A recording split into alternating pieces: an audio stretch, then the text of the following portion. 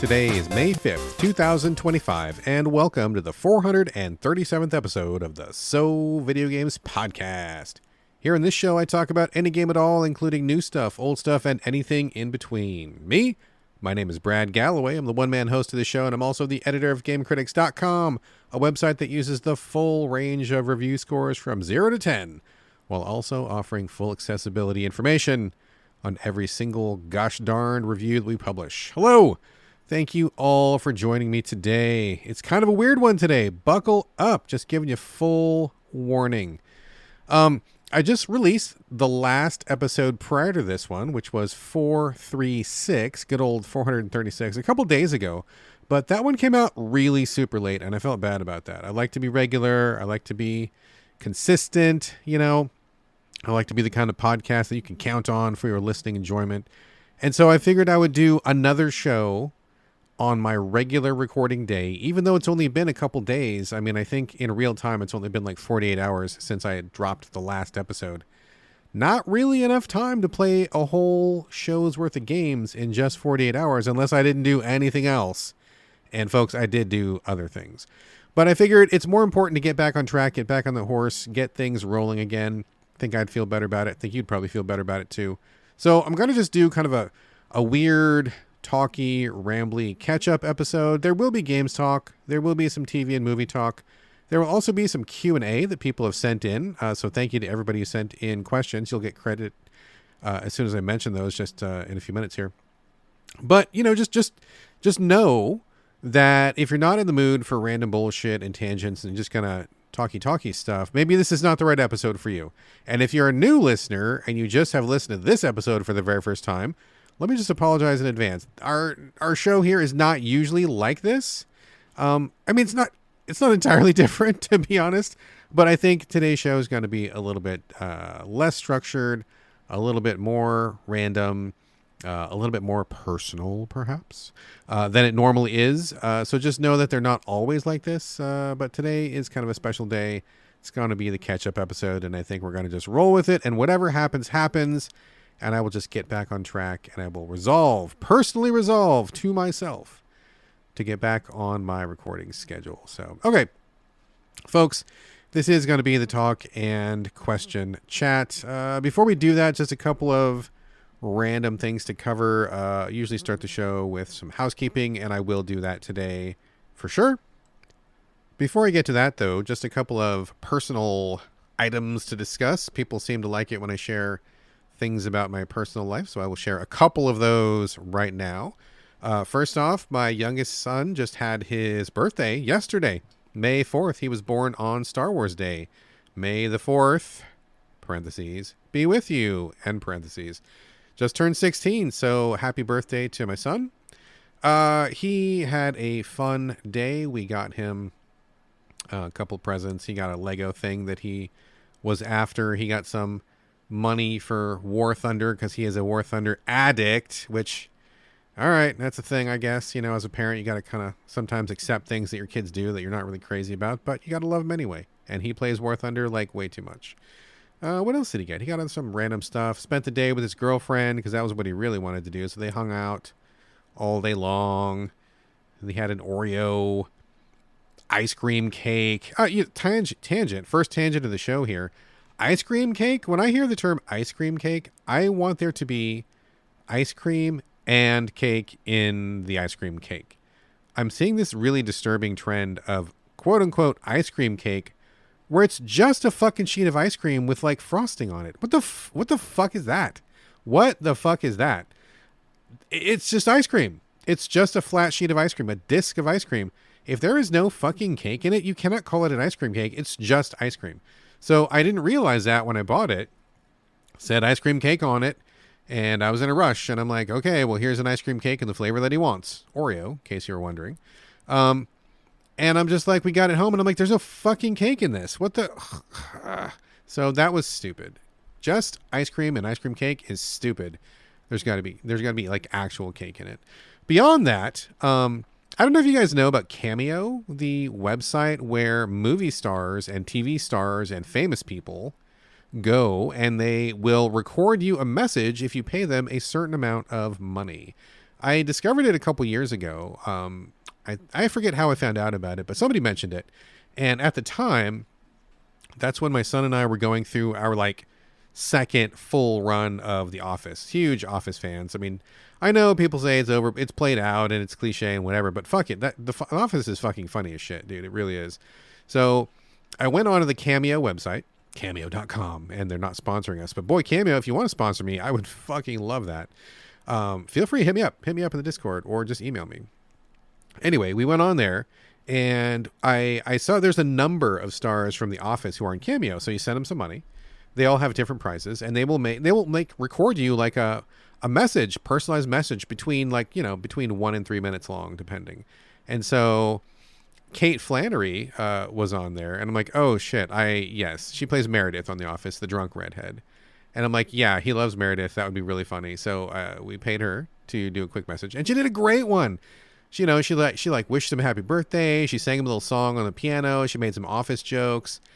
It was fucking great, dude. Like, just to see somebody that we've seen on TV so many times talking directly to us in a very specific way. So we did that a couple years ago, and that was such a big hit that I thought we would probably do that again because it was just a hoot and a holler. So we went back on there. We just finished our full run through of Star Trek Voyager.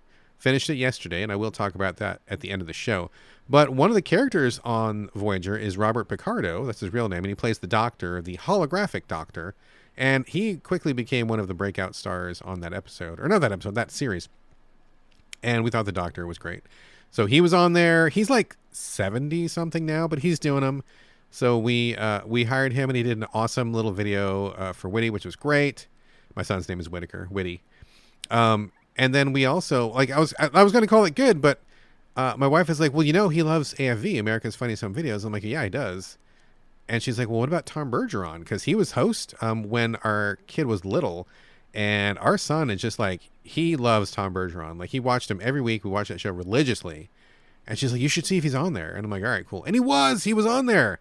And he also must be in his 70s at least. And so we hired him as well. And he did like the greatest fucking message for our son. It was really funny. He cracked a couple jokes. I requested that he mention head, gut, or groin, which is a little skit they used to do on AFV. They don't do it anymore, but they did when he was host. And he mentioned it.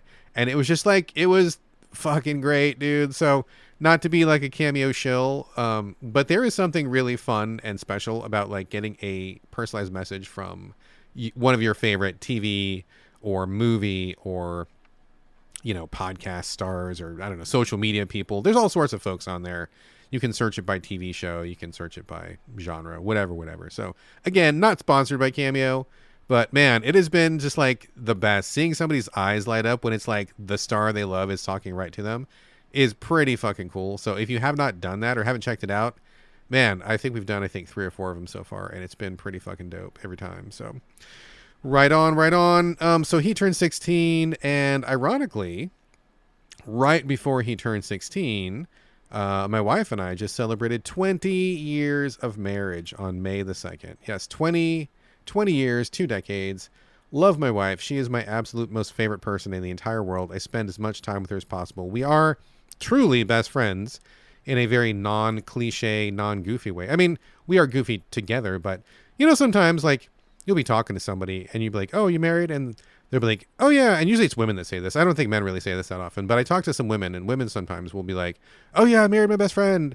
But then you talk to them and like, maybe they don't like their husband that much. They're always going out with the girls, or they're always doing weird stuff. I had a friend who would like spend like epic amounts of time away from her husband, and she still maintained that like they were like best friends and stuff. And it just seemed like something that people say and they don't really mean. It's like something you read on like a Hallmark card or whatever. So that doesn't really ring true to me. But in my case, my wife really is my best friend. We are always hanging out. If you can see me with your eyes, dollars to donuts, my wife is like standing right next to me. Like 99% of the time when I'm out, she is with me, because we just enjoy hanging out with each other. We just like make each other laugh. We love the same kind of things, and we just dig each other's company very much. And a lot of people have asked me, oh, like what's the secret to a happy marriage? And I think that's really it. I think you just have to really love, not just love, you have to like your partner. And I think liking your partner is actually kind of sometimes more important than loving your partner, Because you can have love with a person. It can be really passionate and fiery, and you can have all sorts of strong feelings, but like you can really dislike them too at the same time. So many relationships you see they're like on again, off again, or there's tempestuous or whatever.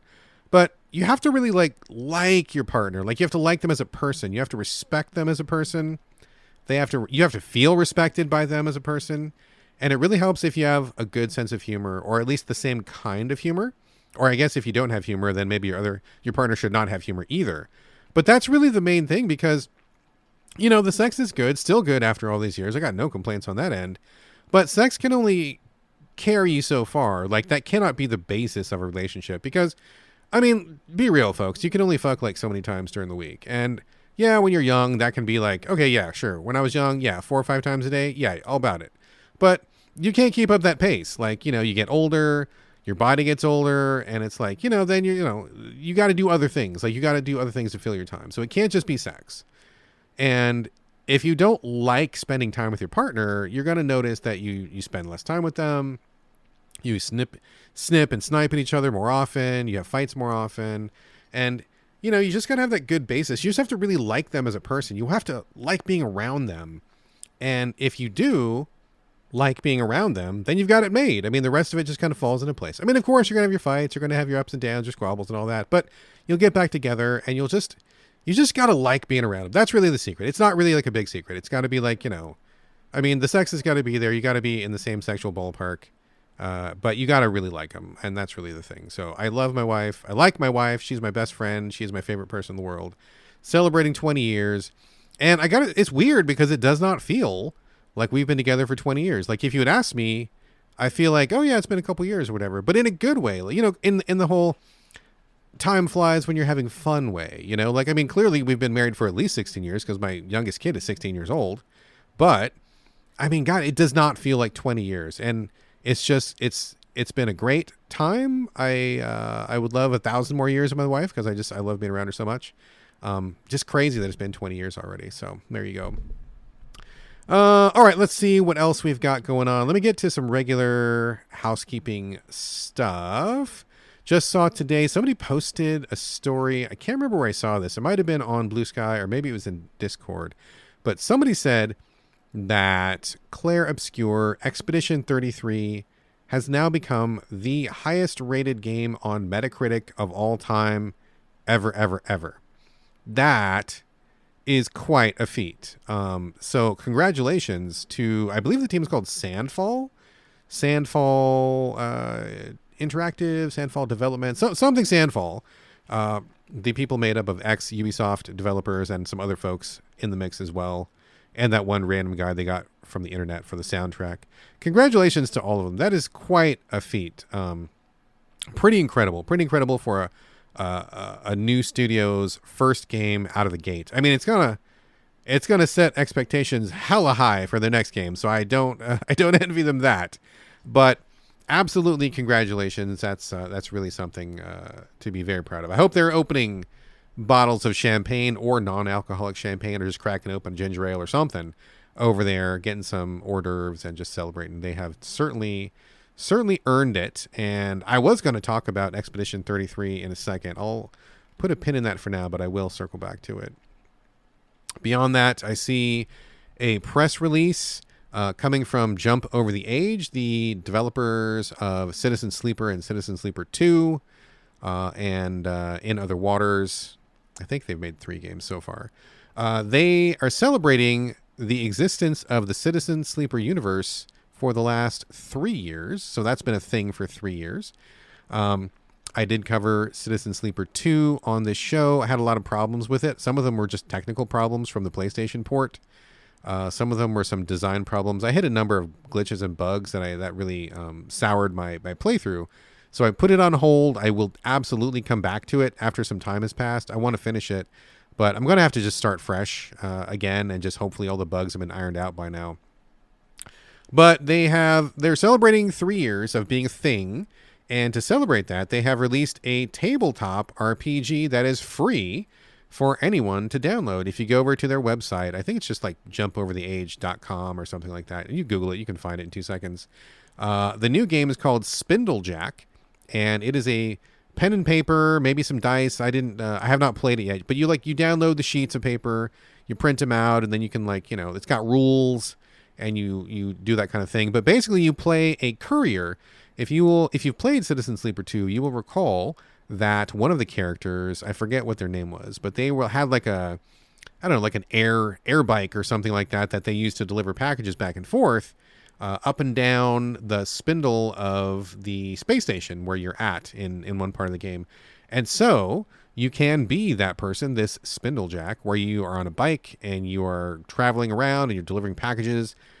Seems pretty cool. It's got some art. I believe it's the same artist who did the art in the Citizen Sleeper games, and that art is fucking dope. We all know that Gareth Damian Martin? No, yeah, Gareth Damian Martin, forgive me, is a great game designer. I know that they have had some aspirations to do tabletop stuff, so maybe this is their first foray. Maybe they've done some more, I don't know. But it's there. You can download it, you can check it out. It costs you nothing but the time and a couple sheets of paper and some printer ink. So maybe check that out. That is a thing that exists. And let's see, what else here? Checking on my agenda. Oh yeah, that's right.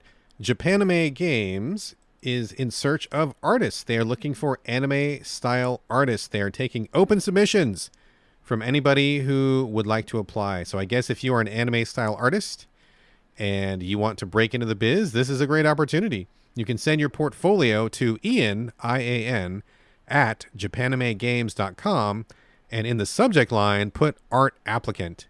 So send them some, portfolio samples, some images you've done, and maybe they will give you the tap for doing some paid work. Who knows? And in this economy, we could all use a little more paid work. Am I right? One more thing on the housekeeping agenda before I get into some games.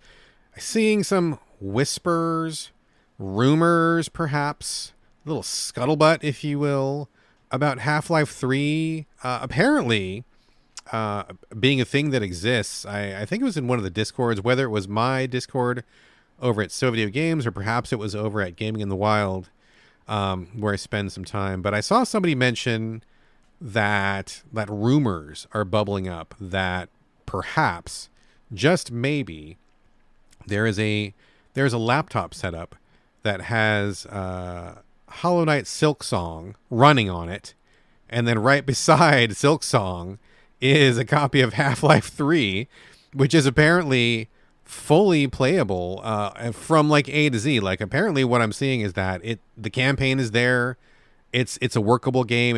I don't know that it's finished, but apparently like there's enough of it there to say that you can do a whole adventure. And I guess if rumors are true, and boy, I really don't like to be a rumor monger, but that this game is in the works and could be coming soon. So take that with a giant cartridge shaped grain of salt, or valve shaped grain of salt, I guess, if you will. People have talked about Half-Life 3 for ages. Valve came out and said they weren't going to do anything with it anymore because they didn't have any good ideas. They didn't know where to go with it. But that doesn't seem to maybe perhaps possibly necessarily be the case. If somebody's been working on it over at Valve and they were carrying a torch and wanted to make it a real thing, I mean, I guess that's a thing that can happen. Valve has more money than they know what to do with, so it's not hard to imagine they've been paying somebody on the side to keep that going. So I don't have any details whatsoever, and this could just be all just hearsay. It could all just be horseshit. We have heard so many stories about, Half-Life 3. Is it more stories than Silksong, or is it less stories than Silksong? I don't know. And then Duke Nukem Forever, although that did come out. So I think, what was that? It took Duke Nukem I can't even say that. Duke Nukem. That took like 10 years or something to come out. Some obscene amount of time. I don't know who is going to take the crown for longest wait time before actually coming out. But whoever's got that copy of Half-Life 3, I'm sure they are playing Silksong as well. And maybe one of these things will come out. Maybe both will come out. Who knows? We shall see. All right. Let's get on to the rest of the show. Before I do, just a quick heads up about the Patreon, which supports this show. I know this is a weird episode, and I feel kind of wonky for asking at this particular juncture of time, but why not? Just a heads up that all the costs of this show are paid out of my own pocket. And if you love the show, I would invite you to chip in and help me keep it running. If everybody listening would chip in just $1, one single solitary dollar a month, every expense would be covered. And if you can afford it, I'd appreciate it. All right, folks, let's get into the game's content here. I'm going to start with circle backs as I normally do, where I circle back to things I've covered in depth on previous episodes. Not going to get into all the details again, but this is just kind of a quick update to let you know what I think of something, for better or for worse, after spending more time with it or them. Them. First up on the agenda is searching. Oh yeah, the 100-line Last Defense Academy, coming from the lovely folks who make Danganronpa. Danganronpa, one of my favorite visual novels of all time, bar none. It may be my favorite visual novel, very possibly. This is their latest release. Same writer, same artist. It's got Danganronpa vibes running all through it. It's a visual novel, but it's also a turn-based tactics game. And there's also a weird story going on here where you don't quite know what's going on. It's just like mystery, all sorts of strange elements and stuff like that, as you'd expect from that team, right? So I feel bad about this because I am such a huge Danganronpa fan. And I don't know if I've mentioned this in the show before, but the interview that I read with the developers said that this was their last-ditch attempt at keeping their studio alive. I don't know if they would go on to do other work in the industry as independent people, but as a group, as a team, I guess they have not had a lot of success lately with their most recent projects, and so this was their, I don't know, Hail Mary to see if they could hit it big with this and keep their studio alive. So I would love for them to stay together if they wish, if that's the thing they want to do. I'm in support of that, but circling back to 100 line here, I gotta say I fell off it pretty hard. I started off liking it. I mean, I was liking the Danganronpa vibes. The art style is great. I love the art. The premise was, solid, pretty similar to Danganronpa, but I was willing to see where it was going to go. And it did change. It did go places. It developed a personality of its own, which was, absolutely necessary. But I will say it just didn't catch fire for me. I put a lot of time into it. I got maybe more than halfway into it, and I just didn't feel like it had the juice. There weren't a lot of choices in the visual novel aspect of it. There was a search for resources aspect of it, which was okay, but I wasn't really like a huge fan of. The thing that really got me was crafting. At some point you have to craft a couple things, and I just didn't fucking want to do it. I just didn't want to go search for these items. I didn't want to go craft this thing. It just was not what I was looking for in a game like this. I kind of wanted to keep things moving. And so that was a problem. I got to this one part where I needed like 3 different like things to craft, and I'm like, fuck no, I just can't. As far as the turn-based tactics aspect goes, it's interesting. They're doing a lot of different things. They're trying a lot of different things, which I appreciate. They're not just doing an XCOM clone. They're not just doing the same kind of tactics that everybody does. And that's awesome. I really want to celebrate them for doing that. But I feel like it just needed a little bit of work. It felt very strange. Some of the choices were kind of strange. And I felt pretty like disempowered when I was playing it. Now, I did spend some time trying to level up the characters, but the level ups were the kind of level ups that just don't feel really significant. I mean, it's possible I never found the actual groove that the developers were hoping I'd get into, but it was just like you do a power up and you would earn like 1.5% more of your special meter gain rate or something like that. It didn't feel like your damage barely ever went up, and they really wanted you to like leverage this new system, but the new system was pretty unintuitive and strange to use. And I don't know, I respect what they were doing. Like I respect them taking the swing with the tactics things going on there and the new structure, but it just didn't come together for me. I lost interest about, I don't know, maybe, I lost interest maybe like a quarter of the way through, and I kept going for another quarter just because I was hoping it would pick back up and it would, catch my interest again, and it just didn't. So I bailed on it. I don't think I will come back to it, which is kind of a bummer. So maybe other people like it more than I do. Maybe they will find success. I hope that they stay together as a team if they wish. But I certainly don't wish them any ill will. I mean, I think these developers are really talented and great, and I like their other work, just not this one in particular. And I don't know, keep my fingers crossed for them. Maybe you will too. But my circle back on 100 line Last Defense Academy was that it just did not have the juice for me. So on that one, I am out.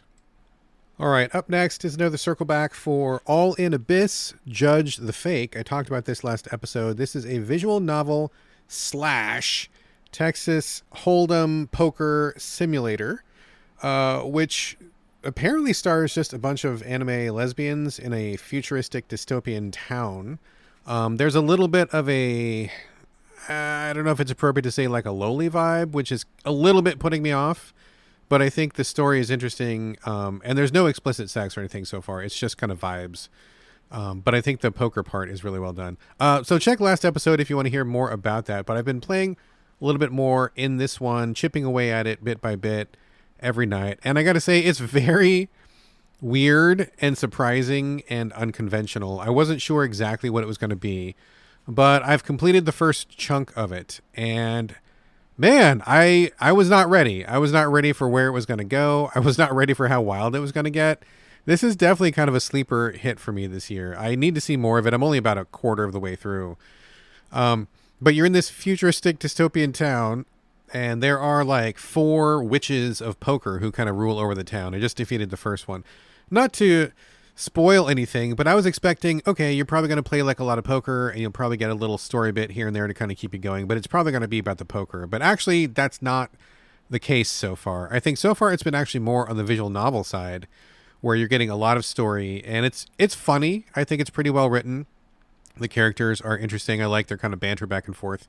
Your main character is kind of a really almost an anti-hero. She's a gambler and she just wants to live the good life, and she's not really too concerned about ethics and stuff like that. So you get a little bit of dialogue with her, but you don't play as much poker as I thought you would. And I 100% mean that like as a compliment, because I thought we were going to just be grinding poker with, you know, cutscene here and there. But I spent quite a bit of time talking to characters. There's multiple locations you can go to. You choose them from a menu. And there's like little story bits that crop up. They kind of reminded me of Phoenix Wright a little bit. Like you might be in the middle of a poker thing and you're getting beat, and you can go to your item menu and you're like, shabam, I got this thing. And it totally like disrupts the poker game and saves you, which is pretty cool. I like how they're kind of stepping outside and thinking outside the box for sure. And the story content, oh dude, like what? I was like really surprised.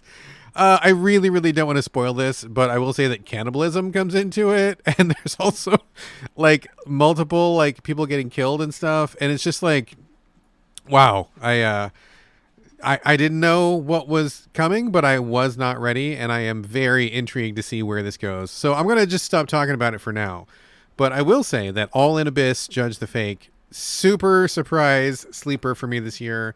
It's fucking weird. It's dark, way darker than I thought it was going to be, and I'm very curious to see. It's way kinkier than I thought it was going to be too.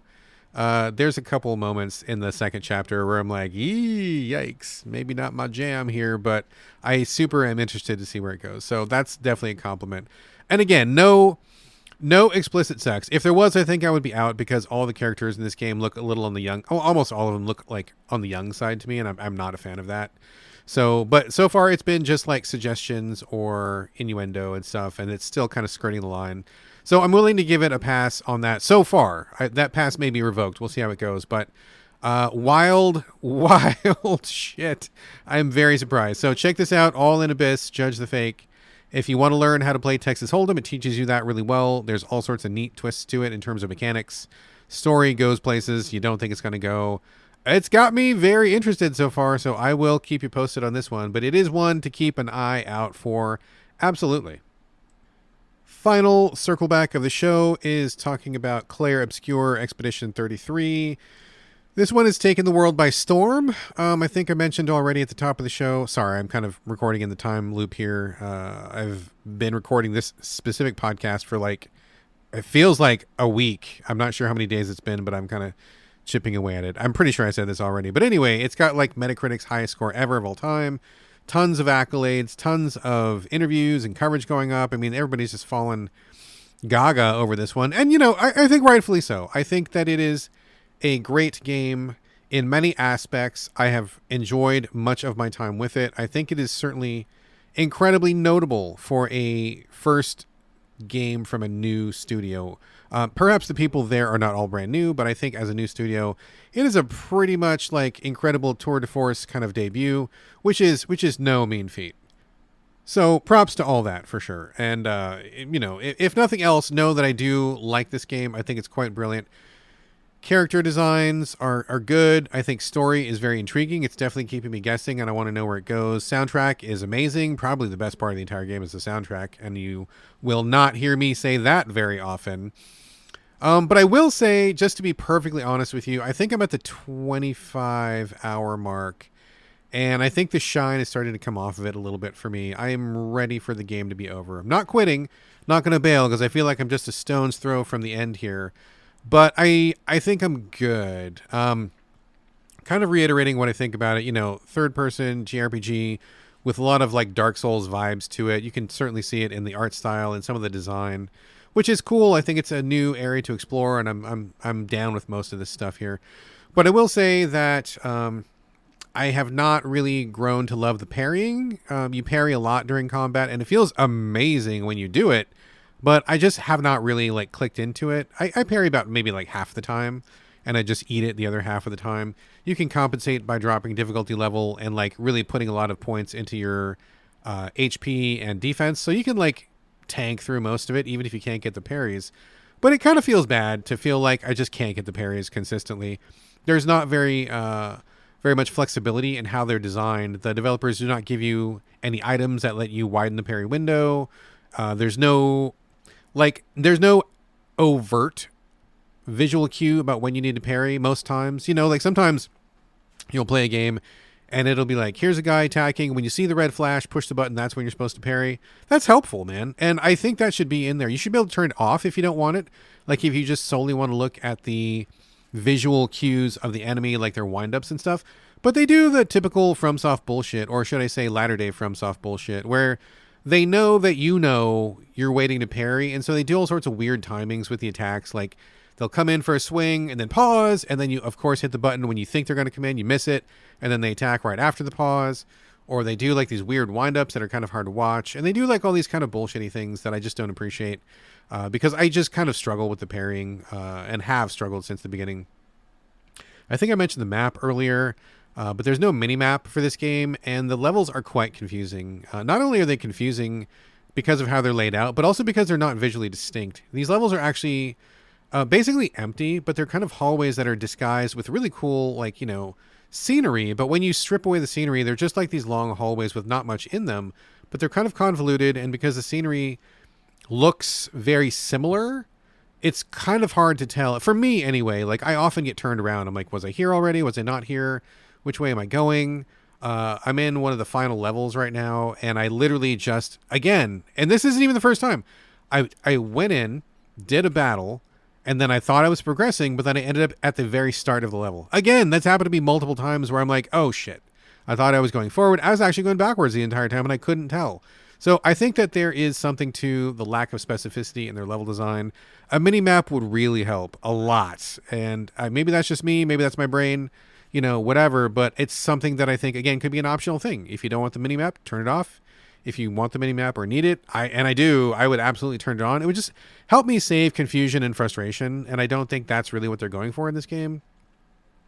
I will say also that I'm kind of getting tired of the combat.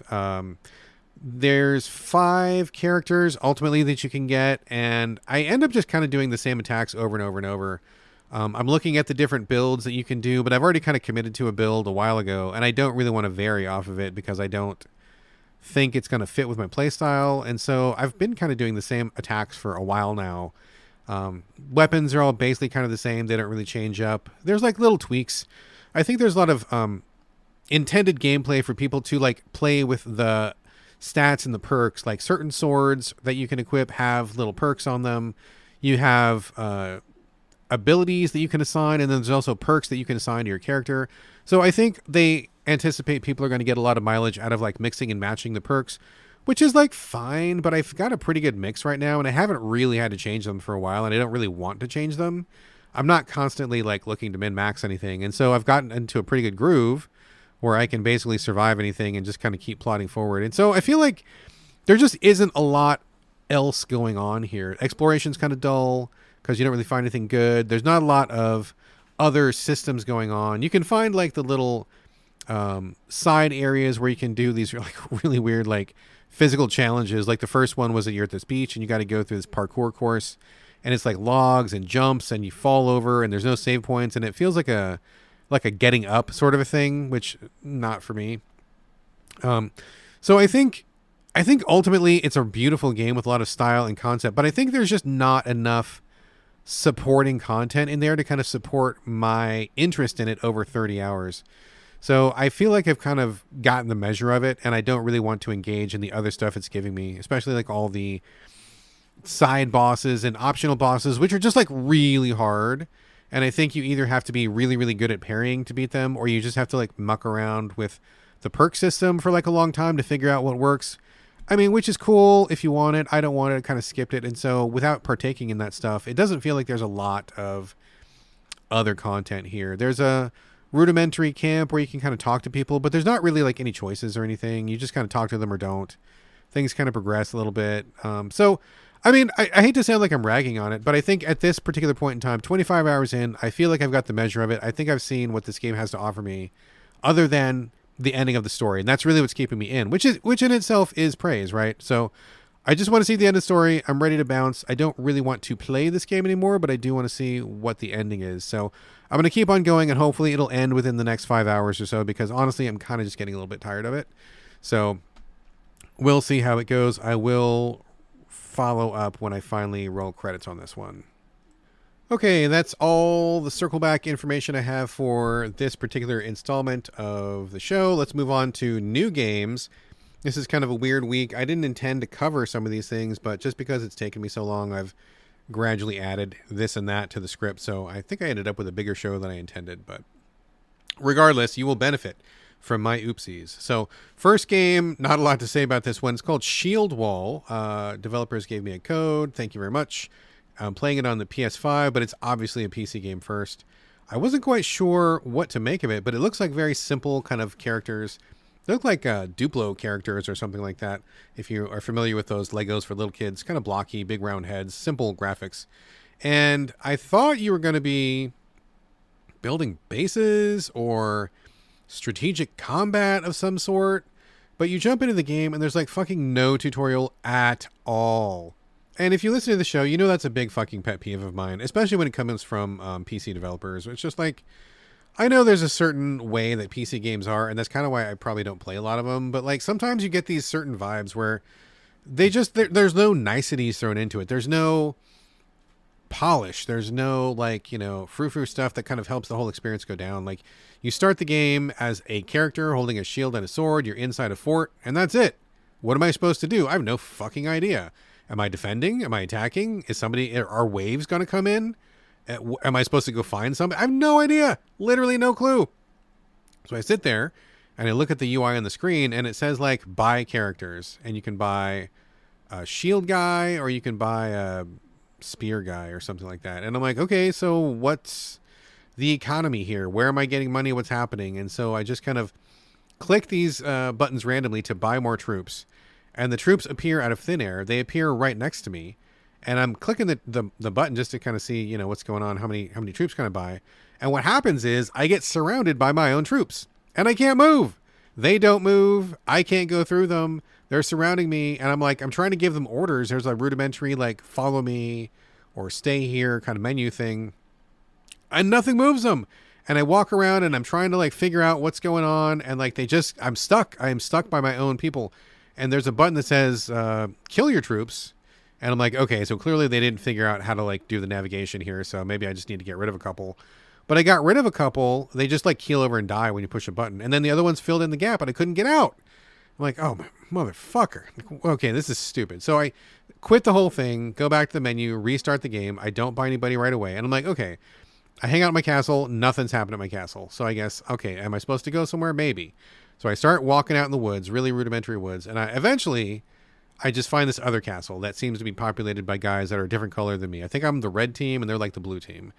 And so I go, okay, I guess I'm here to attack your base, I guess. And so I populate a bunch of guys again, and I make sure to try to not get myself pinned in by them. We just attack the door, we break into the door, we're inside their fort, and I'm like, now what? Like, what is going on here?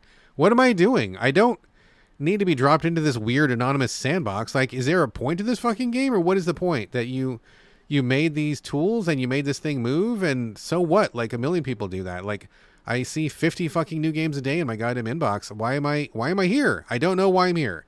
So at this point, I'm like, fuck it. Turn it off, delete, whatever. That's my experience with Shieldwall. Not a good one. And if any developers out there, especially PC or indie developers are listening, will you please just take like a minute to tell people what your game is about, explain the basics, give us a basic tutorial, tell us what you want us to do. Like, let us into your world, man. Like, I cannot tell you how boring and tedious it is to get into a game, and it feels like somebody just like threw something down at your feet. Here, I made this. Here. I don't care. Like, what the fuck do you want me to do with this? Like, am I supposed to have a good time with this? Are you like, what is your goal? Why did you make this, and why did you give it to me? I really don't know, Shieldwall. And so if you're a developer, please don't do that. Like, take just like a hot second to like get people into your game. It just makes everything better. It kind of sets expectations, sets the framing for what we're supposed to be doing. Just don't throw something at someone's feet and just expect them to like find the fun with it. That is, like, for me anyway, the worst possible approach. So Shieldwall could not have been deleted fast enough. All right, next up is King Arthur Legion 9, coming from Neocore, excuse me.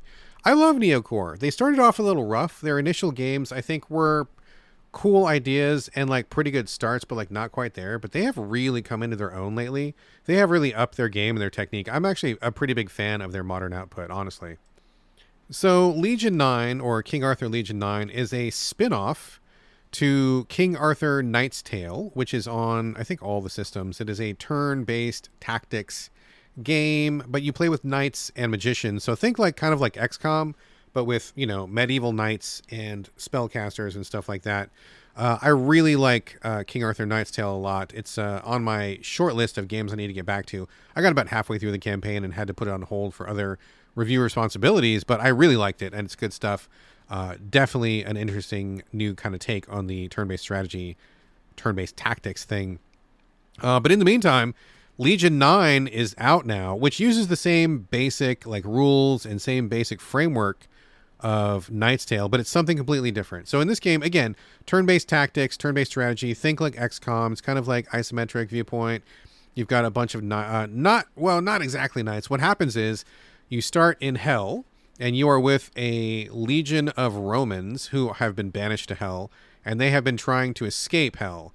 And they, in the intro cutscene, they kind of like finally find a way out. And so they're not out back to Earth, but they kind of make their way from hell into, limbo or purgatory or some middle ground between Earth and hell. And so this Roman group of Roman soldiers are here, and they're trying to like fight their way through. So you play as the undead Romans, the ones who have been damned. You have in the beginning, you have like your captain, who's kind of like a dual wielding dude. You've got a shield guy who's got like the great shield.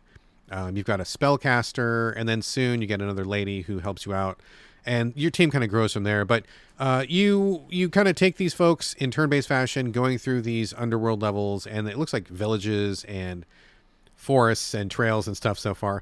I'm not very far into it. I'm kind of like just kind of picking away at it this week. But I like it. I like it quite a bit. It shares a lot of the same qualities from Knight's Tale that I really liked. So you've got, these specific sword abilities, very few projectiles. Your spellcaster can do projectiles, but the rest of it is like melee combat. So you're always thinking about like spacing and like where your guys are. You've got various abilities that can like, focus on one guy, or maybe you do like a sweeping attack with your sword. You got some leap attacks too, and everybody's got their own specialty, which I think is great. It's also interesting is that you can only reassign weapons and armor and items between levels, and so it's got a little bit of that feel of where like, whatever we got is what we got, and if you drink your health potion too soon, you can't really get another one because you got to go back to camp first. So it's got a bit of a little more weight to the proceedings, a little more caution in using your resources than you might have in other games of this type, which I think is an interesting spin. I think story's fine so far. Pretty straightforward. When I said these guys are kind of just like trying to get back to Earth or whatever, which is fine. But I think the combat is good. It's one of Neocore's strengths. I think the graphics are pretty good. It looks basically just like King Arthur, which is fine because this is also kind of a spin-off.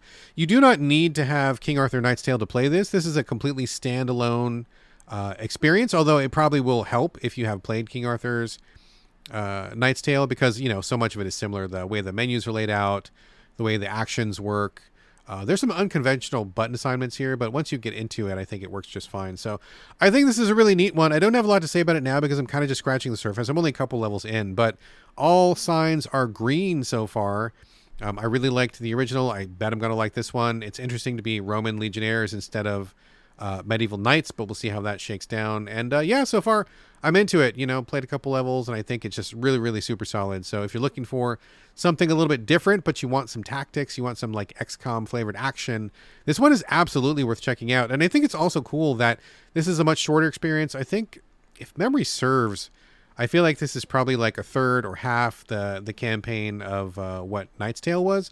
So if you want to just like have a little tactic sampler, this is a good one to get into. So definitely a thumbs up so far. I'll circle back when I've played a little bit more of it. This is King Arthur Legion 9, and it's on all the consoles. I don't think it's on Switch, but I think it's on. It's definitely on Xbox. It's definitely on PlayStation and PC for sure. So there you go. Next up in the new category is CATO, Buttered Cat. First of all, love that title. It's CATO, and I believe the developer said it's CA stands for cat, TO stands for toast, CATO, Buttered Cat. This is a delightful puzzle game, and I really want to underline that. It is delightful. It is delight. There's whimsy, there's silliness. I think it's a very neat game. So it's a 2D pixel-based puzzle game. You play as both a cat and a piece of toast. The cat can walk back and forth, and he can crawl up certain walls because his claws dig into them. The toast can flip itself over and kind of like throw itself around a room. It can stick to walls and like do like a wall jump like that. So each one of those things, you control both. And I guess you can control them at the same time if you wish, if you're dexterous enough, because the cat uses the left stick and the toast uses, I believe it's the L1 and R1 buttons on the controller. But then when the toast comes into contact with the cat, it sticks to the cat's back. And the toast says, "Don't worry, I will never put the butter on you. I will always put the dry side down." Which I fucking appreciated, man. That was my number one fear of going into this game, was like the cat was going to get all buttery and greasy, and that's disgusting. But no, it's a good piece of toast. It's a kind piece of toast. He swears that he will always put the dry side on the cat's back. And that just, it made me feel so much better, man. Like I was able to let go of that anxiety, and I just was really able to get into the game. So thank you very much, developers, for taking the time to specify that. You clearly must have been thinking the same thing I was. So yeah, we're bros, man. We're down. But when the toast gets on the cat's back, they combine. And then all of a sudden the cat plus toast can spin in the air and they can fly. And so I don't know why, but it does. And so you've got the cat's lateral movement and wall climbing. You've got the toast's kind of flingy type jumps. And then you've got the two of them combined. They spin like a sausage in the air and they just like whirl through the air. It feels so goofy to talk about this, but that's exactly what it is. And it's so fun. It's really just like really delightful. So this is first and foremost a puzzle game. I think the platform mechanics would be great if it was just a platformer, but it is a puzzle game. You have these like room by room puzzles where you have to like take a look at what's going on and figure out what's the order of operation. So maybe, maybe there's a small window or something. Cat can't get there because it's too high up and he can't jump, but Toast can fling himself through the walls and up and up and up and wall jump, and then he gets to the other thing, triggers a gate, and then Cat walks through, and then the Toast rejoins with the cat, and they can like spin off into the next level. Or maybe there's moving platforms that you've got to like dodge and separate the cat and the Toast, then bring them back together and do all sorts of like little interesting iterations of how these powers work out. It's fun. It's really fun. It's really cute. Again, delightful. A piece of cat, piece of toast. You combine them and they fly. Like, I don't know. There's something so right about all this. It's just whimsical and fun, and I just really had a great time. I think the puzzles are, they're good. I think most of them you can figure out in just one or two goes. There is some challenge. There's a couple rooms that kind of stumped me for a minute. But I will say, there are hints. So kudos to the developer for putting in hint system. You push a button, and they kind of give you these little visual cues about where each character is supposed to be. And most of the time, that was enough to get me through.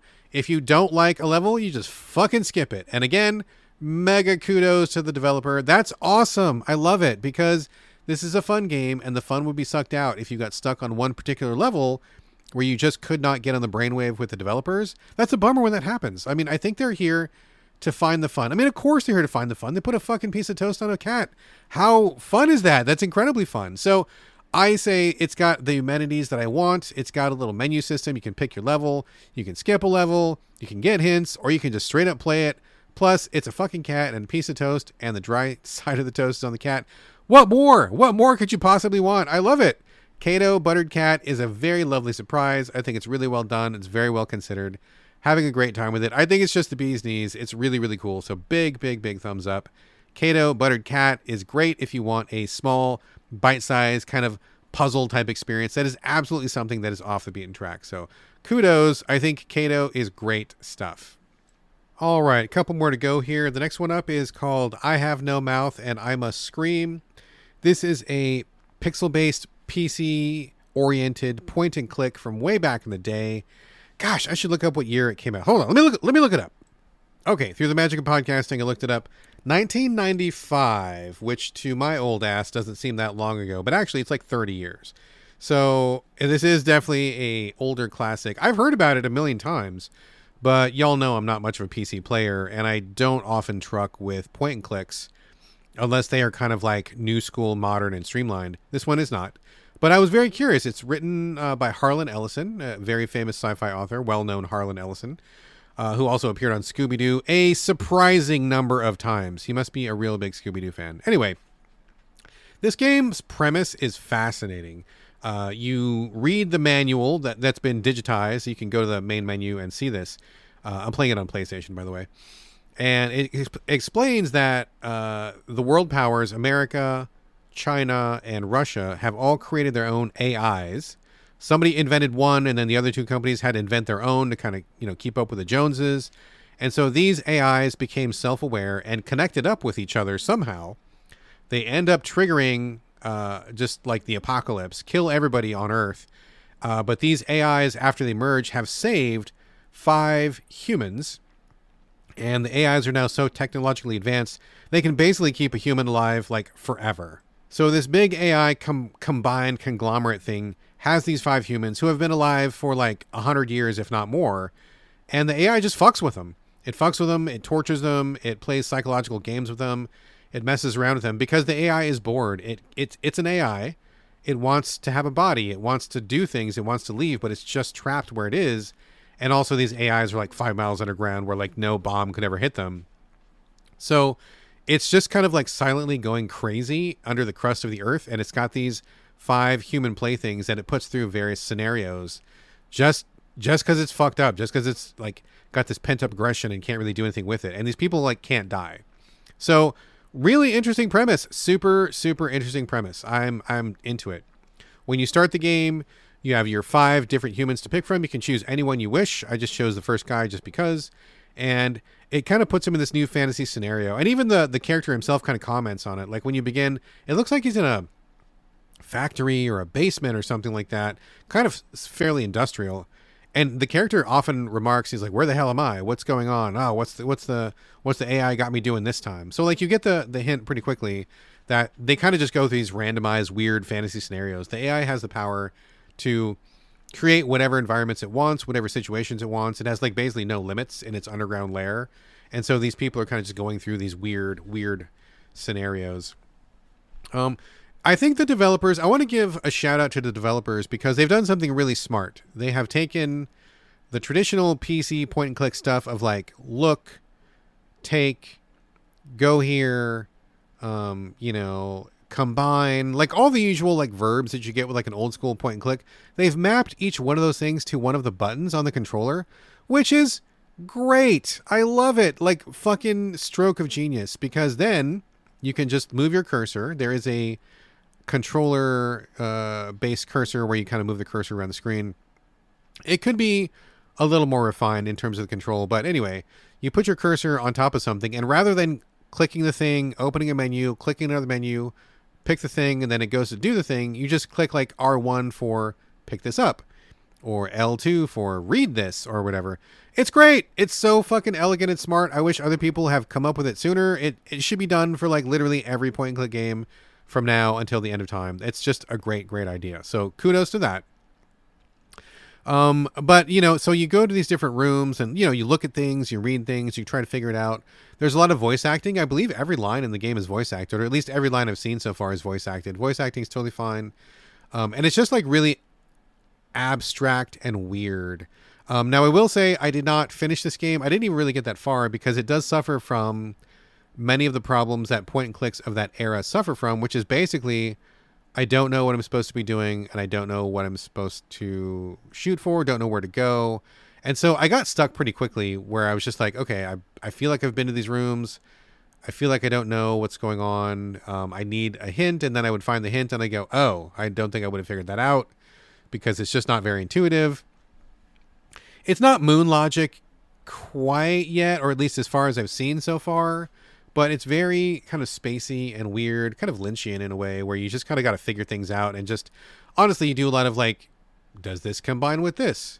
If I click on this, what happens? A lot of that kind of gameplay where it just doesn't really make a lot of intuitive sense. And that's not really super keen for me. So I got kind of stuck often. And when I hit those kind of barriers, I tend to nope out pretty quickly. I will say, I think the biggest problem this game has, if I had to pick one thing, I think it would be that it's hard to tell where you can go, because so you start off in a room like a cabin, and there's got to be a door, but you don't see one, and there's no indicator where it would be. And then you take your cursor and you kind of like drag it around the outline of the picture, and at some point when you get to a certain part of the outline, like the screen outline, it'll say exit door. And I go, okay, there's a door there, an invisible door that I can't see, and there was no indicator that there was a door there. I wouldn't have known there was a door there unless I had moved my cursor there, which I did. But then it's like that for every other environment. Like you get in the hallway, and I thought I had explored the whole place, and I got stuck, and I'm like, where am I supposed to go? And they're like, go left. And I'm like, oh, I didn't even see that you could even go left. Like there's no way to know unless you drag your cursor there just randomly. And it's not even just like the left wall of the screen. It's like a specific spot on the left wall. So that is a huge bummer. I wish they had put in like arrows or red outline of a door or something to let you know that it's there, because that was honestly my biggest problem. Was like I just couldn't tell where I was supposed to go in each environment. I didn't know what was open to me and what was not. So that's a pretty big problem, I think, and pretty frustrating. And I between that and the getting stuck with the clues and stuff, I kind of noped out. But I will say, I think this game is really interesting. It's certainly a product of its time. I think there's a lot of value to it just as a sci-fi story. And what I am really interested in doing is going to watch this as a Let's Play. I would want to watch somebody who knew what they were doing. I don't want to watch them like fumbling through the figuring things out and where am I going? No. Like I want to watch somebody who already knows what the game is, who's been through the game already. And then they do like a clean run through where they just do all the objectives in order and don't mess up and don't waste any time. I think that would be pretty fascinating, honestly. I think it would be a very interesting interesting story to watch. I'm curious to see what Harlan Ellison has cooked up here. And I've heard about this game a million billion times, and so I feel like there's something to it. It's just kind of old school and archaic in a way that I didn't even appreciate back then, and I appreciate even less now. But I do want to see like the intellectual content of it, just like concepts and story and ideas. So if you like old school point and clicks, I definitely will recommend it easily. But if you are not a fan of the old style, maybe hold off on this one, or, maybe give it a try if you catch it on sale. But I think what you should do probably is check out a Let's Play and just like enjoy the content of it, really kind of absorb it and take it in. I'm very fascinated to see what else is going to happen between these 5 characters and how the story ultimately resolves. Very, very interesting stuff. Just not really a whole lot of fun to play. So there you go. That is I Have No Mouth and I Must Scream, playing that on PlayStation. All right, last new game of the show is called Cooking Companions. This is a visual novel, and I don't know much about its origins. I guess it's been out for a couple years on PC, from what I gather, and I'm pretty sure it was a Kickstarter game that got off the ground thanks to crowdfunding. So right on to people who kickstarted it. This is kind of a fun one. I haven't finished it yet, but I am like in the very, very last legs of the home stretch. This is a fairly short experience. I'm guessing you could probably bust through it in a day, but I'm guessing there's a lot of replay, as most visual novels offer, with different routes and such. Getting a little ahead of myself, though. What is Cooking Companions? It's a weird one. It's got kind of a quasi-anime style, but I'm guessing it's from Eastern Europe because the game seems to be set in an Eastern Europe location, and everybody's name is kind of an Eastern European name. So even though it looks like it's typical anime fare, I think that's just the veneer, and I think that's kind of borne out in what the story is about and the content that you get there. So I'm not going to spoil anything because this, like I said, visual novel, pretty short experience. I don't want to ruin anything, but basically you are a character who is never seen. You are like outside the fourth wall. You're in the game, but you don't make an avatar. You don't have a name. You go to this cabin with, I think it's like 4 other people, and they talk to you. Like they talk to you directly like you're a character, but you never see yourself, and you're kind of like this disembodied person who moves around the cabin. So you go there with these 4 friends, and it's not really clear what you're there for. I guess you're just like hanging out or whatever, having a good camping time with your buddies. And then what happens is the forest floods because of these torrential rains, like really super bad flooding.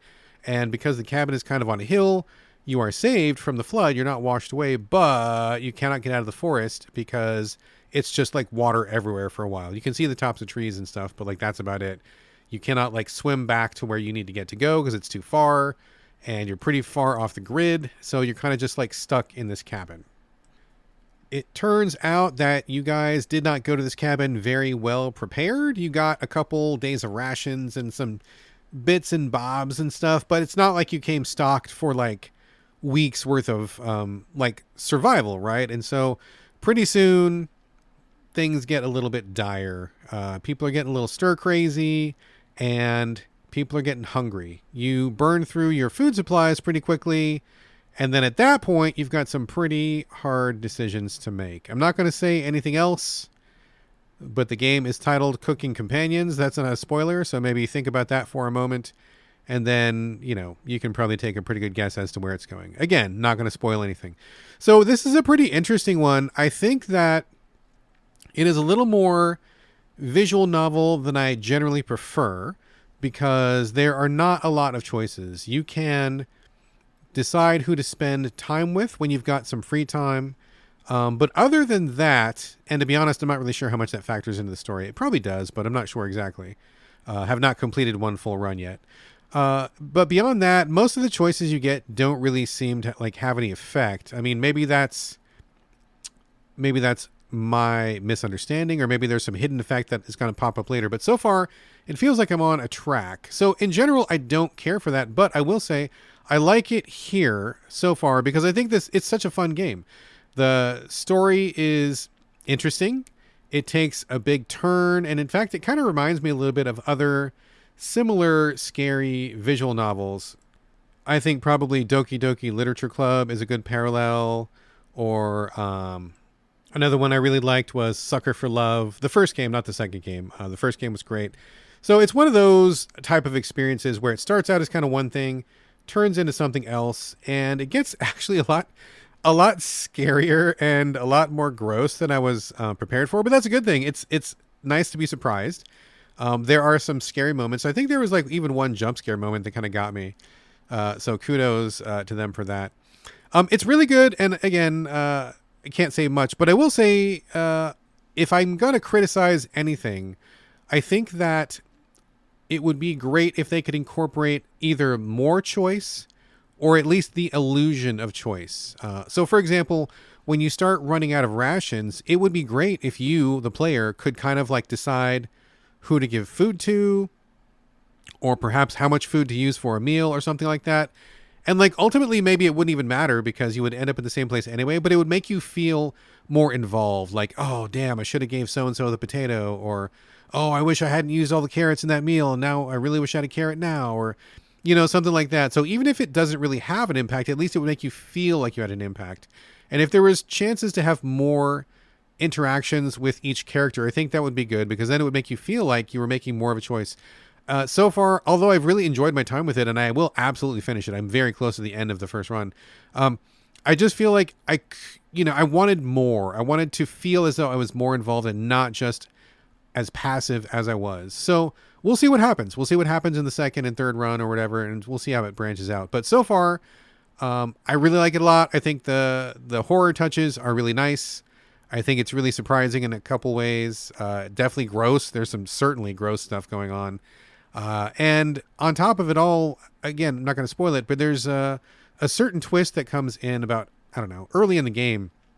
And it kind of makes you think, what the hell is going on? Like, you think you know what's going on, and then all of a sudden you think, maybe I have literally no idea what's going on. And that's a pretty cool thing to pull off in a small visual novel like this. So I'm going to stop talking, but I will say that Cooking Companions is great. I'm really enjoying it so far. It's a nice, tight, compact experience. Not sure how much replay is there, but there's at least a couple more runs, I'm positive. And it's well worth it if you like scary visual novels and you want something to play on a console. So definite thumbs up. I think it's fantastic. Cooking Companions is a real surprise.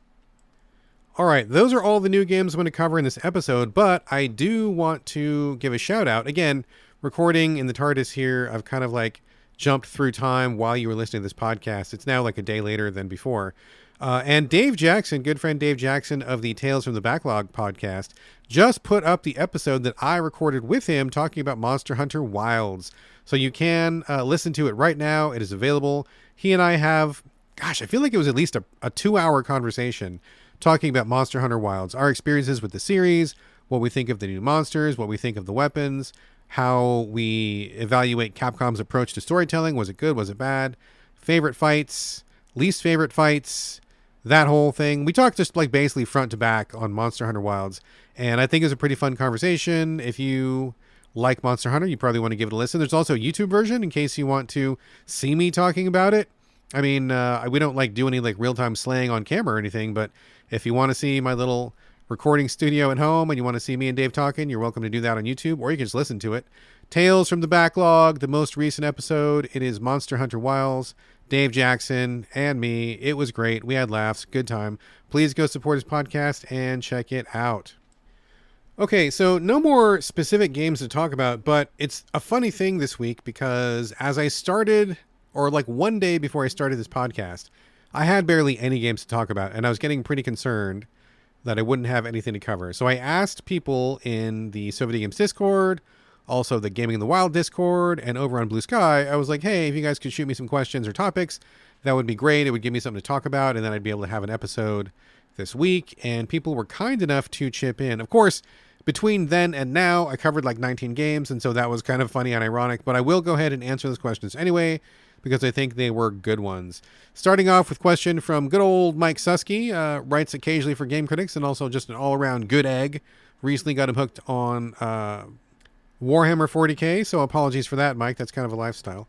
Mike Susky's question is, what's the most difficult game you think you could beat if the main character was replaced by you with all of your real-world abilities?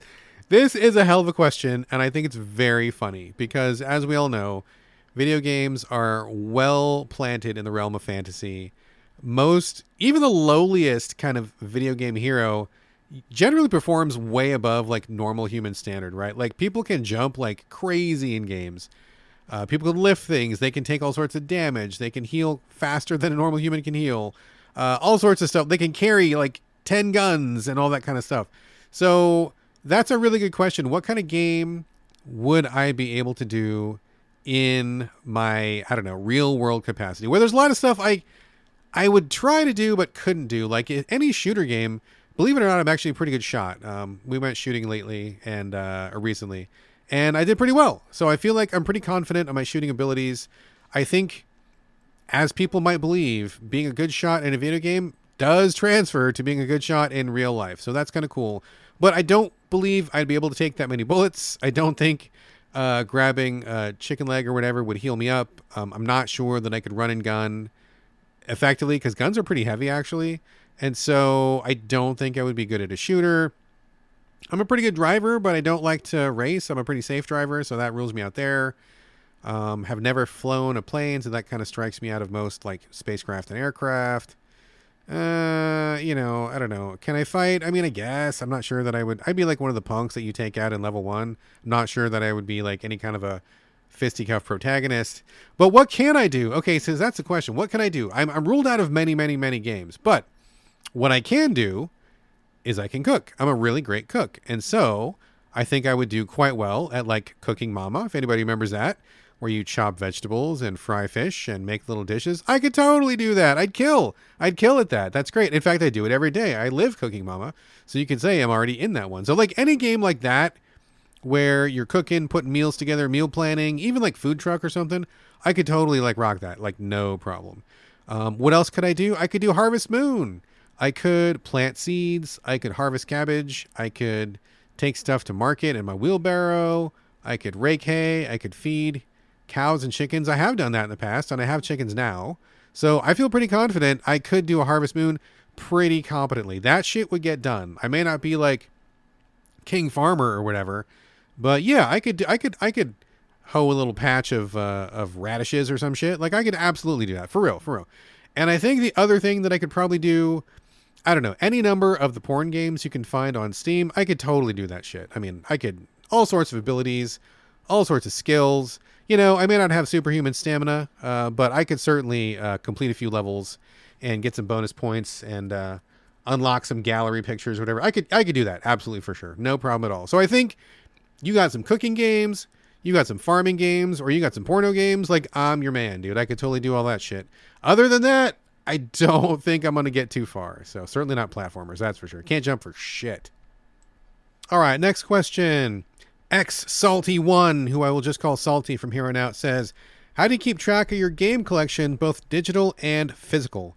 How do you keep track of which games you have played, or which you want to get back to when it's out of early access, or you need to have to commit time to play it later? Google Sheets, websites, pen and paper. I would love to hear about your system and thoughts on it. I'm often surprised when I look at a game and realize I've tried to play it more than once beforehand. I would love to hear from Discord as well, and that kind of went out to the Discord where I got the question. Show me the ways. All right, so I have a pretty extensive video game collection in hard copy from back in the day, and I'm actually going to be selling a lot of these. So I guess if anybody out there is interested in getting some rare games, I've probably got them all, and I'm going to be selling a lot of them. So get in touch if you're after a specific title. I'll let you know if I have it. Hit me up in the Discord, or maybe I'll post an email, or maybe I'll let you guys know when I'm selling off some stuff. But so I kept just like a document for a long time, just like on a computer, regular ass Word document, and I would have it divided up by system, and I would have like what games I had, and then of the ones that I had, I would just like keep a short list. I would keep a list at the top and just be like, these are the ones that I really want to get to. And so inevitably it was just like a very small fraction of like my ultimate like backlog. These days it's a little bit different. I don't, to be honest, even though I'm a list keeper and I like to catalog stuff and keep track of all that stuff, list making, all that stuff, I've kind of given up on keeping track of the games I have because there's just like too many and my time is so limited that I kind of just like whatever. So to be frank, I don't have a good list of any of my backlogs on the Switch or on PlayStation, Xbox, whatever. And like, this is not like a humble brag. I'm not saying this to boast or anything, but I've got like well over 1,000 games on each platform, and that's just like a really large number to keep track of. And Steam, I don't even fucking play PC, and I've got several hundred games on Steam that have either been given to me or I bought them for like a penny on sale or whatever. And so I just have too many to keep track of. So I just kind of gave up on keeping track of everything that I own. Don't even know. Couldn't even tell you. But how do I keep track of the ones that I want to play or get back to? Okay, so that's an easier answer. Kind of like my original answer, except these days I use backlogged.com. I just go there, and any game that I really like, I will mark it down. And I'm like, oh, I really like so-and-so. Don't have time for it now, but I'll get back to it. And I'll just put it there. So if it makes it to backlog.com, BACKLOGGD.com, then that's like the best of the best that I absolutely want to play, and I will make an effort to get to those. So it's like, I've probably got upwards of like, I'm not even exaggerating, I probably got like 6,000 or 7,000 games. Like if I totaled everything that I had all together, at least, if not more. But my actual backlog of games that I want to get to, like that I really want to play or make a serious effort at, it's probably like 40 games, 50 games. So like 40 or 50 out of like 6,000 or 7,000. So a fraction of a fraction of a fraction of a fraction. And those are really the only ones that I keep track of. I'll go into backlogged every once in a while to be like, oh, I've got a free weekend. What do I want to play? And I'll look at the list real quick and I'll pick something off there. But that's like kind of a never ending thing because games come out every day. As a critic, I've got an obligation to review a bunch of new games. That takes up some time. And, just like doing editing for other people and doing the podcast. So my amount of free time to take on backlog games is pretty small, but I do get to them once in a while, and maybe I will get through them all. Who knows?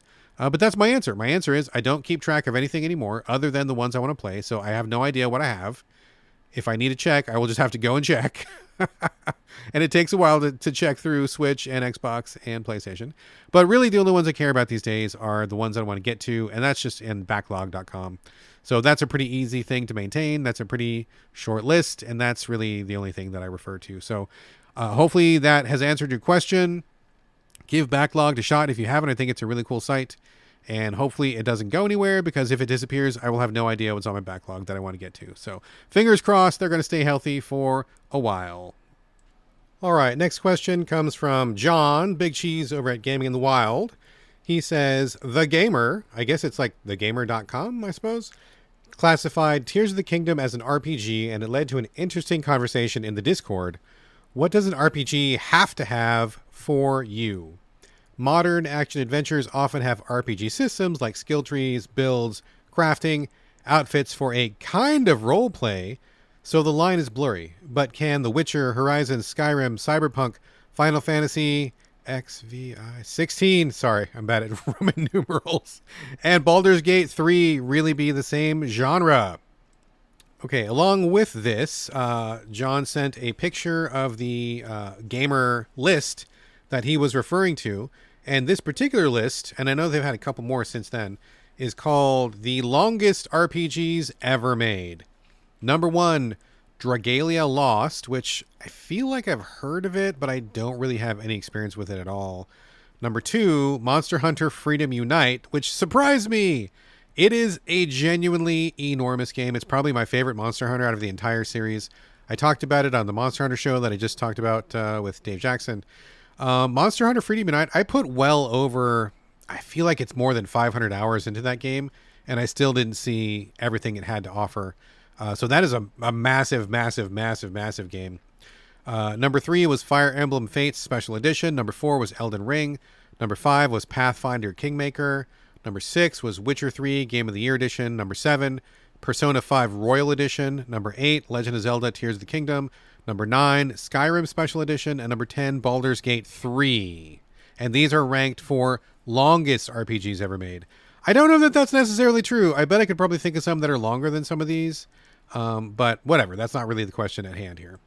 So RPGs, I mean, so if you're talking about role-playing, I mean, that's such a broad term. You could say basically any video game has you playing a role. Mario is you playing a role in one sense. Tetris has you playing a role in another sense. I mean, that term is such a wide catch-all, it doesn't really mean anything. So, like, I don't even think RPG is even really a genre anymore. I think you have to, like, narrow it down. Maybe back in the day when you just mostly had, like, CRPGs, computer RPGs, and there weren't too many different kinds. I think they went from CRPG to JRPG, Japanese role-playing game. But like since then, we've just had so many offshoots and splinter factions and subsets and sublines and all sorts of ideas and spin-offs and stuff. I don't think RPG as a genre even really means anything these days, as this list kind of illustrates, right? I mean, let's take a look at some of these. Monster Hunter Freedom Unite. Is it an RPG? I mean, I don't think so. I wouldn't classify it as an RPG. Doesn't mean it's not good because I love it, but it's like an action game. It's a hunting game. I mean, if they're using the concept of like simply getting gear and increasing stats or something as an RPG, well then fucking any game could be an RPG. So I don't think that's really one. Fire Emblem Fates, I mean, I don't know that I've even played this one, but Fire Emblem to me is a tactics game, not really an RPG.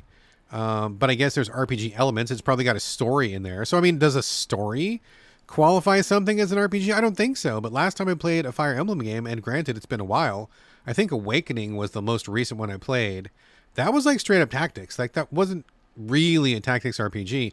And I guess the line there is, does it have a story? Yes, RPG. Does it not have a story? Tactics. I mean, that seems like kind of a silly line to draw.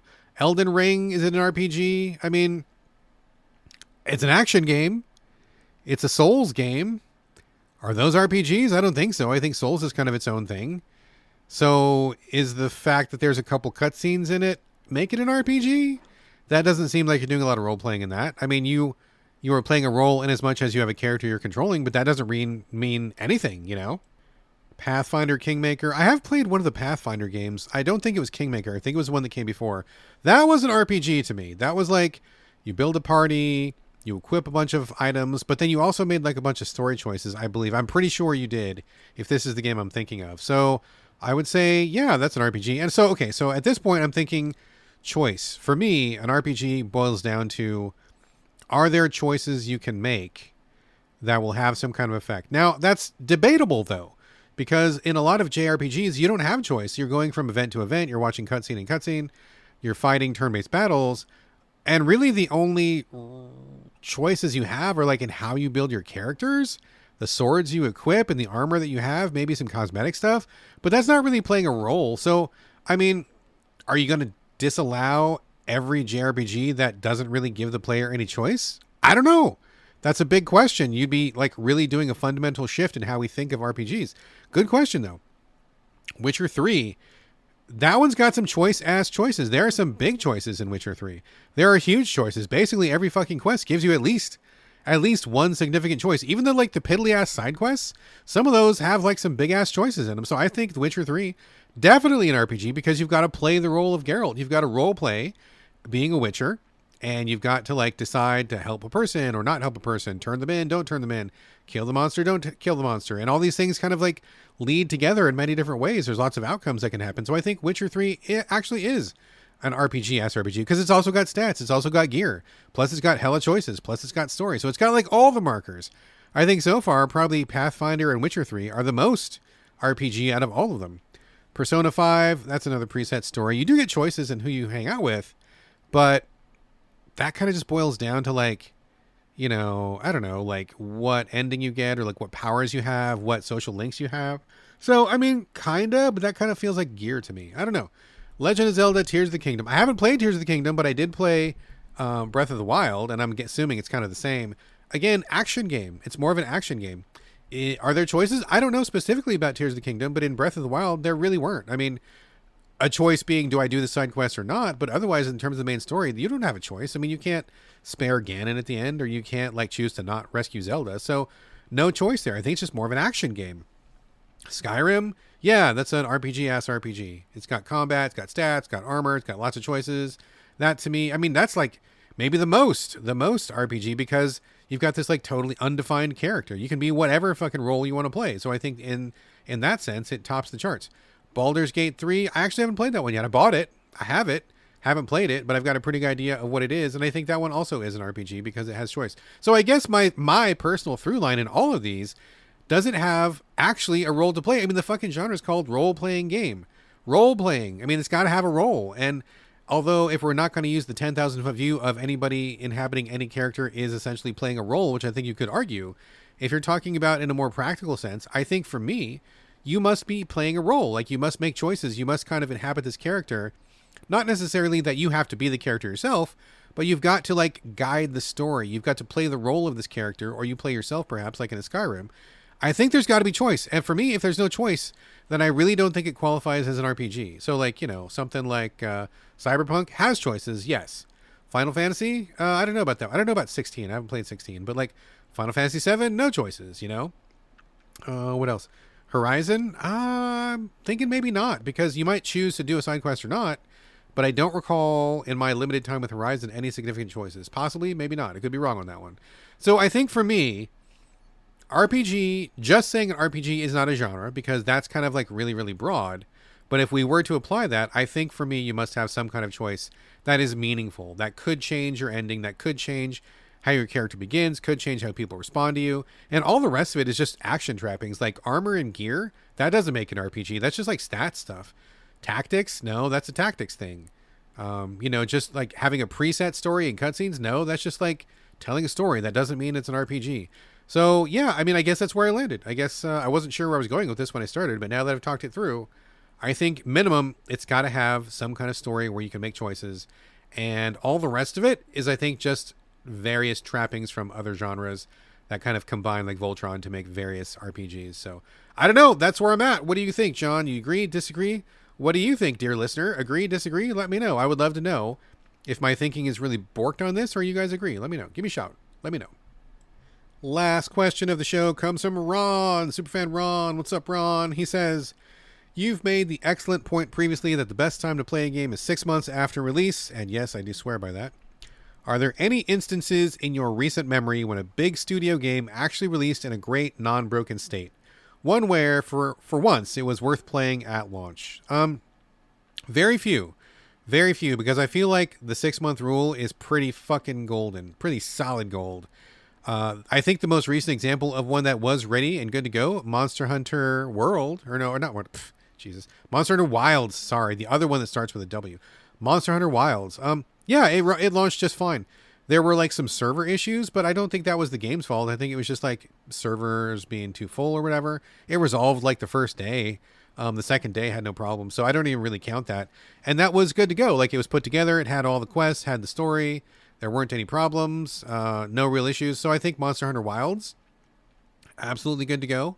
But again, still better 6 months later, because you're going to get more DLC, expanded content. They're going to like, do little tweaks and fixes here and there, even though nothing's really super broken. So I think, yeah, that one. Other than that, I am trying to think of anything recently that wasn't legitimately better in 6 months. And Ron, God's honest truth, with the caveat that I don't play every single big budget game that comes out, but God's honest truth, I think every game is just better 6 months later, man. It just is, dude. They do the small rebalances and the polish, and you get the more content. There's just no reason. There's no reason to buy them at launch other than the fact that you want to support a developer, which you should do. I am absolutely in support of developers. I believe in putting your money where your mouth is and keeping people employed. So please don't take it as me saying you should never buy a game, because I think you should, and I do want to support all of our game development brothers and sisters and non-binary and trans and all the other people out there for sure. But just from a consumer standpoint, there's just no reason to buy them at launch. They're always better 6 months later. They are never not better 6 months later. So I think Monster Hunter Wilds is the only one I can think of. And other than that, I am really I mean, anything from Nintendo, probably. I mean, Nintendo stuff comes out pretty polished, so they're always like pretty reliable. But other than that, nah, I don't think so. All right. Game portion of the show is now officially done. But like many humans, I do spend a few minutes a week in front of screens that don't have menus or life bars. That's right. It is time for the TV and movie roundup. Going to go through this quickly because I'm getting kind of tired, folks. First up, I saw Heart Eyes, new horror movie, kind of a horror comedy, but actually it's kind of a horror rom-com. This is about a killer who kills couples on Valentine's Day, and it was pretty funny. It was actually way more funny than I thought it was going to be. We were expecting like mostly a slasher flick, me and the wife, but it ended up having a lot of rom-com energy, and it was cute. I think it was all good. And I don't remember the name of the people who made this movie, but we looked it up on IMDb afterwards, because that's a thing that we do here. And it turns out that we had seen basically every other movie that this development team had made. So we're definitely fans of their content. But I will say that they have a bad habit of like messing up amazing movies like right in the final 2 or 3 minutes. Because Heart Eyes, I thought was actually quite good until the last 5 minutes. And I'm like, like they pulled a little ending twist that I just didn't go for. These people were also responsible for a recent slasher called Freaky, where the killer switches bodies with a young girl, which was a great movie. It was great until the last 2 minutes. And then I was like, that twist was dumb. Didn't need to do that. It was better if you stopped it before the twist. So these folks are really good movie makers. They have good energy, good ideas, but man, they just can't stop themselves from fucking their movie sideways in like the last 5 minutes. They go for these endings that just kind of ruin what they've done up until that point, which is a bad habit. I wish they'd break that habit, but the movies are still worth watching. And I thought Hard Eyes was like, okay, so if you want a stabby rom-com that's also a slasher flick, it was pretty good. I say it was pretty good. Couple really gruesome deaths in that, though. We were kind of taken aback a little bit. Also saw the movie Novocaine starring Jack Quaid. You might know him as Huey from The Boys. He's also the son of, oh gosh, what the heck are their names? Dennis Quaid and Meg Ryan. So he's like a super child, right? He's got like double actor DNA, both super attractive people who are great actors, huge stars. Dude like won the fucking lottery, right? Lottery of life, you know? So in this movie, he plays a guy who has a actual disease where you do not feel pain. It is a very dangerous disease. It seems like it would be a superpower, but in reality, all you end up doing is hurting yourself all the time and you don't know it. And so you rack up like all these injuries and you do stuff that hurts yourself because you don't feel pain. And like, you're really prone to dying and getting like in a bad way. It's a real disease, real syndrome. And so most people who get that syndrome have a lot of struggles their whole life, and a lot of them die young because they just don't feel when something's wrong with her body. So in this particular movie, he is a bank teller. The girl that he's interested in also works at the bank. Bank robbers come in, they take the girl as a hostage, and he has to go after them. And so he leverages his lack of pain to do all sorts of like wild things that would have stopped ordinary people. Like, for example, he gets shot in the arm and he just like shrugs it off like no big deal, and he patches himself up, doesn't even blink. And he puts his hand inside a deep fryer. This is in the trailer, it's not a spoiler. He puts his hand in the deep fryer to pull out a gun that fell in some hot oil, and he pulls his hand out. His hand is just like fucking gross. It's so gross and boiled and like mega 3rd-degree deep fried, and it's just awful. But he didn't feel it, and so he like picks up the gun and shoots the bad guy and stuff. It's all right. It's all right. It's not like the greatest movie I've ever seen, but Jack Quaid, the actor, is just like impossible not to like. He's got that natural like it factor, that magnetism that both his parents have. You just have to like him. You can't not like him. And so he's got that charm. It's a fun romp. I mean, there's a lot of like goofy stuff that happens. Also, I think Jacob Batalon is in that. He was the sidekick from Spider-Man. He does a good job. I'm always happy to see him. So it was fun. It was a good romp. And like, you'll see lots of like gross stuff, like getting shot with arrows and all sorts of weird deaths. And oh man, when he finished off the final bad guy in the movie, that was gross. It was super gross. Not going to spoil it, but wow, it was gross. One more movie to talk about. The wife and I were kicking it on Saturday morning, and we wanted to watch something retro. So we watched Return of the Living Dead from the 80s, possibly the greatest 80s zombie movie. I saw it when I was a kid. I haven't seen it in years, so I figured it was a good time to rewatch it. And it was good. It's actually better than I remember, which is great. In this particular movie, there is a couple canisters of military-grade chemical that get released into the air, and that turns into rain, and that seeps into graveyards. And so all of the dead people turn into zombies, and they start going after everybody. But it's like totally a comedy, horror comedy. Like the main characters are a bunch of like these like alterna punk kids from the 80s and all the tropes. It almost looks like the Breakfast Club, like +1 or something like that. And they just like hang out and have bad attitudes, and then like zombies come. And the zombies in this movie are weird. They are fast. They are smart. They can remember certain things. Even a couple of them talk, which is really strange. And so you're almost fighting them like a more intelligent enemy. They're not just swarming you, which actually is kind of scary when you think about it. So it was really good. I will also say that Linnea Quigley is in this movie. I had completely forgotten about that.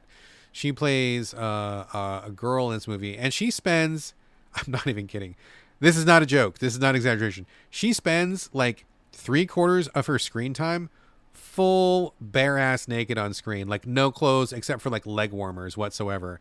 I had forgotten how naked she was in this movie, and I was just like, oh my god, put some clothes on, girl. Like, this is like your 8th scene with like literally no clothes on. Will you please dress up? It was really strange to think they got away with that much nudity. But that's a killer fucking zombie movie. If you haven't seen that one is must watch viewing. It is required viewing. The only other thing I've seen this week is a series. I want to say it's on Amazon. Stephen Merchant comedy series, The Outlaws season 3. This is great. This is a great show. We watched season 1 and 2. We're excited to see season 3. Season 3 did not disappoint. This is a story about a bunch of people from different walks of life who all get busted in the UK for various offenses. And so they have to go do community service. They go do their community service together. So it brings together like a smart girl and a guy who's selling drugs and a lawyer guy who got like too many parking tickets and a rich girl who got busted for drugs. And like they never would have met each other in any other circumstance, right? So they come together, they realize that they have things in common, or maybe they don't, but they become friends, and then they get embroiled in this kind of drug dealer like crime scenario thing. And it just is fucking really funny. Every series has a lot of good twists and turns, kind of like a real thriller, but it's also humorous. There's also some love and personal growth and stuff. It's just a really good ass show. The Outlaws is really great. Wonderful show. Definitely recommend that for sure. All right, folks, that is a show, a weird ass long rambling show, but it was a show indeed. And now I am back on track. Before the closing music, I would love for you to leave reviews, share the show on social media, and most important of all, please recommend So Videogames to your friends, because nothing beats good old word of mouth. And as always, would love to get your questions and comments. You can email me directly at sovideogamespodcast@gmail.com or hit me up on social media. You can find me on Instagram and Blue Sky. It's my name, BradGallaway. All A's, no O's. You can also reach me in the Videogames Discord, which is totally free of charge. We would love for you to join. Just drop me a line through any of the channels I just mentioned, and I'll get you on board to continue the conversation free of charge. Finally, if you would like to support this show, this very show that you listened all the way to the end to, and thank you for that. If you'd like to help with the cost of running this podcast and hosting it, you can do that over at patreon.com/the So Video Games Podcast. Every single dollar helps. €1 helps that much more. And if everybody listening would kick in just $1 or just €1, all my costs would be covered, and I would be happy as a pig in some stuff. All right, folks. Double checking the script here. Yep, that's going to do it. That is going to do it. We did it. We made it. We crossed the finish line, folks. This is the end of episode 437. Thank you so much for joining me here on the So Video Games Podcast, and I'll see you next week.